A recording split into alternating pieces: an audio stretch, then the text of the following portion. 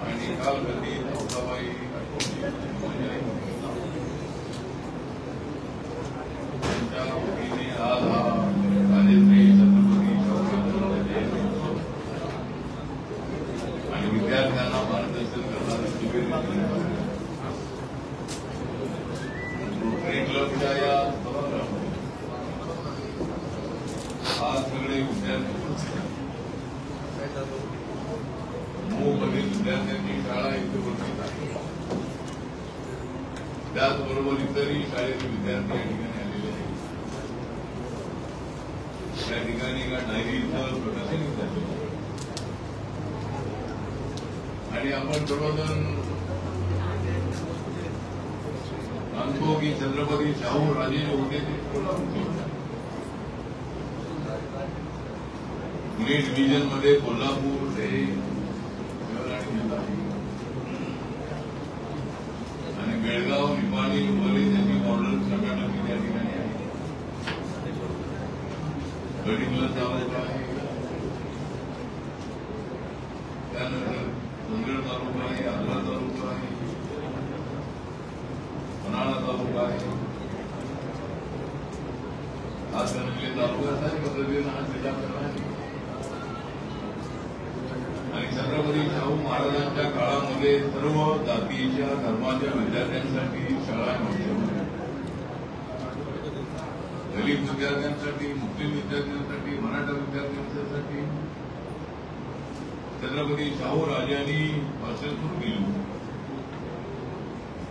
आणि 1902 मध्ये छत्रपती शाहू राजांनी त्या ठिकाणच्या दलितांना आरक्षण दिलं आणि 2002 मध्ये 2003 रिपब्लिक पक्षाच्या वतीने त्या ठिकाणी 4 दिवसाचा भव्य अशा पद्धतीचा शताब्दीचा कार्यक्रम सुरू. छत्रपती शाहू राजांचं काम फार मोठं. शेतकरी असतील, शेतमजूर असतील, दलित असतील, आदिवासी असतील, सर्वांना न्याय मिळाला पाहिजे ही भूमिका त्यांची.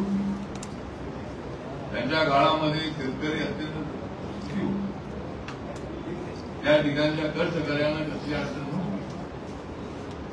जर एखाद्या कामगारावर अन्याय झाला तर अन्याय करणाऱ्याला सजा देण्याचं काम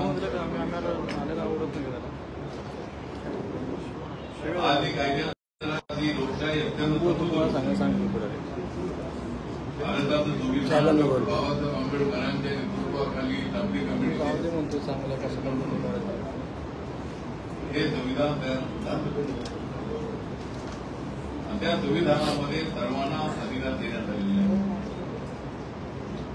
माझ्या मंत्रालयाचं नाव आहे सामाजिक न्याय, सामाजिक न्याय आणि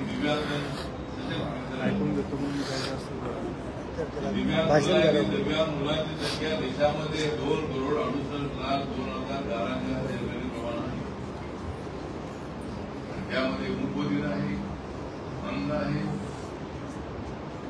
त्यानंतर ज्यांचा ऍक्सिडेंटमध्ये पाय गेलेला आहे, हात गेलेला आहे, ते अपंग आहे. अशा पद्धतीनं आमच्या मंत्रालयामध्ये स्वतंत्र सेक्रेटरी दिव्यांग सशक्तीकरणासाठी आहे. प्रत्येक डिपार्टमेंटमध्ये फक्त एक सेक्रेटरी आहे. आमच्या मंत्रालयामध्ये 2 सेक्रेटरी आहेत आणि त्याच्यामध्ये मिस्टर अगरवाल नावाचे महाराष्ट्राचे कॅटरिंग अधिकारी आहेत. ते सध्या दिव्यांगजन सशक्तीकरणचे ते सेक्रेटरी आहेत. अमित यादव जे आहे ते अमित यादव हे सामाजिक न्याय खात्याचे सेक्रेटरी आहेत. आणि दिव्यांगजनांना एक भूमिका त्यांना मोठ्या प्रमाणामध्ये मदत करायची. यावेळेला जवळजवळ 12,000 कोटीचं बजेट दिव्यांगजनांसाठी आहे. आमची अनिलपूर नावाची कानपूरमध्ये कंपनी आहे. त्या कंपनीमध्ये ज्यांना ऐकायला येत नाही त्यांना जी एअरविंग आहे, मशीन आहे, गाण्याची मशीन आहे, व्हील चेअर आहे, आर्टिफिशियल हात आहे, पाय आहे, दिव्यांग विद्यार्थ्यांच्यासाठी एक आहे मोबाईल ट्रेन सायकल आहे. अशा पद्धतीचं साहित्य आम्ही वाटतो. आणि माननीय नरेंद्र मोदी यांनी पूर्वी त्यांना टीचापण म्हणाले, त्यांच्यामध्ये ॲबिलिटी नाही असे टीचापण. नरेंद्र मोदी साहेब वेळेला प्रधानमंत्री झाले वेळेला त्यांनी हे ठरवलं की यांना टीचापण म्हणणं बरोबर नाही. त्यांच्यामध्ये तरी त्यांना चालता आलं नाही, तरी त्यांना बोलता आलं नाही, तरी त्यांना ऐकता आलं नाही, तरी त्यांना पाहता आलं नाही. त्यांची बुद्धी फार मोठी कमी आहे आणि म्हणून त्याला त्यांना आपण म्हणून नाही. म्हणून जनतांना देऊया त्याचं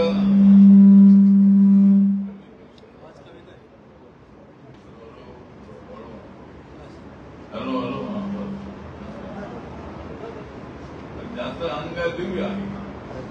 आता तो दिव्यांग अशा पद्धतीचं नाव आमच्या मंत्रालयाने नरेंद्र मोदींच्या सूचनेप्रमाणे दिलेलं आहे. सुगम्य भारत योजना नावाची दिव्यांग जनांच्यासाठी आम्ही अशी योजना तयार केलेली. दिव्यांग जनांच्या शाळा आहे, दिव्यांग जनांसाठी हॉस्टेल आहे, दिव्यांग जनांच्यासाठी दिव्यांग फायनान्स डेव्हलपमेंट कॉर्पोरेशन आहे. दिव्यांग जनांना मार्गदर्शन करण्यासाठी सातत्यानं त्यांना त्याचा पाठपुरावा करण्यासाठी आमचा प्रयत्न असतो. दिव्यांग जनांच्या अनेक शाळांना मान्यता देतो आणि त्यांच्यासाठी ग्रँट सुद्धा देण्याची स्कीम आहे. या ठिकाणी समूहपती विद्यालय आहे. समूहपती विद्यालयाने ऑनलाईन जर आमच्याकडे जर अर्ज केला, या ठिकाणी रोटरी क्लबचे सगळे अधिकारी उपस्थित आहे. चेअरमन आणि त्यांचे रोटरी क्लब ऑफ हे अधिकारी आपले सगळे कार्यकर्ते उपस्थित आहे.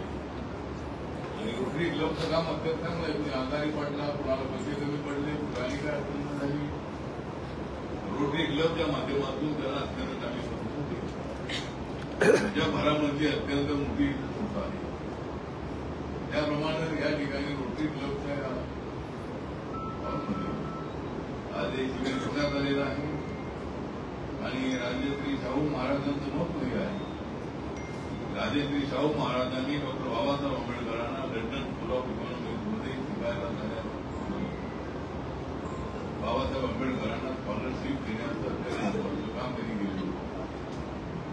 जर कदाचित राजश्री शाहू महाराजांनी स्कॉलरशिप दिली नाही तर कदाचित बाबासाहेब आंबेडकर बाबासाहेब आंबेडकर दरिद्र होऊ शकले. आणि आज आपण अभिमान या गोष्टीचा आहे. ज्या ठिकाणी बाबासाहेब आंबेडकर कार्यशाळा झाली त्या ऑफिसमध्ये अनेक जगभरातल्या बॅरिस्टर झालेल्या लोकांचे फोटो आहेत.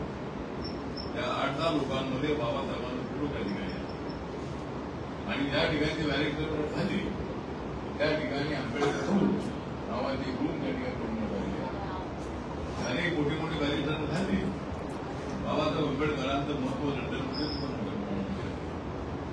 बाबासाहेब आंबेडकर या देशाच्या घटनेची संस्था, या देशाचं संविधान डॉक्टर राजेंद्र प्रसाद यांच्या नेतृत्वाखाली आणि पंडित जवाहरलाल नेहरू जवळ त्यांच्या नेतृत्वाखाली हे संविधान सभा तयार झाली. त्या संविधान सभेमध्ये बाबासाहेब आंबेडकर बेंगाल मधून निवडून आले होते आणि बाबासाहेब आंबेडकरांना ड्राफ्टिंग कमिटीचं चेअरमन बनवा ही भूमिका महात्मा गांधींनी ठेवली. महात्मा गांधीला वाटत होतं की या देशाचं संविधान जर सर्वोच्च बनवायचं असेल, डेमोक्रेटिक संविधान बनवायचं असेल तर डॉक्टर आंबेडकर हे त्याच्यामध्ये चांगली भूमिका करतात. आणि म्हणून बाबासाहेब आंबेडकरांचं नाव ड्राफ्टिंग कमिटीच्या चेअरमनवर आलं आणि बाबासाहेब आंबेडकरांनी रात जागून या देशाचं संविधान केलं. आपल्याला माहित आहे की 26 नोव्हेंबर 1949 बाबासाहेब आंबेडकरांनी संविधानाचा ड्राफ्ट त्यावेळेला राजेंद्र प्रसाद साहेब आणि पंडित जवाहरलाल यांना दिला. त्यांच्या तोंडात उद्गार निघाले होते की डॉक्टर आंबेडकर आपण या संविधानाची वेळ अर्किटेक्ट आहे. त्यामुळे बाबासाहेब आंबेडकरांचं फार मोठं महत्व आहे. त्यामुळे शिक्षणामध्ये बाबासाहेबांनी फार मोठा आणि जसे आपण दिव्यांगजन आहात समाजवाद सामान्य समाज जो आहे हा लोकांना मिळवतो. म्हणून बाबासाहेब आंबेडकरांनी सांगितलं की तुम्हाला तुमच्या पायावर उभं राहायचं आहे, तुम्हाला स्वाभिमानाने जगायचं आहे. दुसऱ्याच्या कुठल्या जाऊन आपण आपल्याला चालता येणार नाही. आपण आपल्या स्वतःच्या ताकदीवर आपण चाललो पाहिजे, आपल्या पायाने चाललं पाहिजे. दुसऱ्याच्या पायाने चालवून आपल्याला न्याय मिळणार नाही.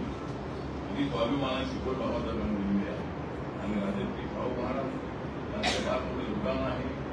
आणि आज राजश्री शाहू महाराज जयंती जी आहे ही जयंती या ठिकाणी साजरी होत आहे.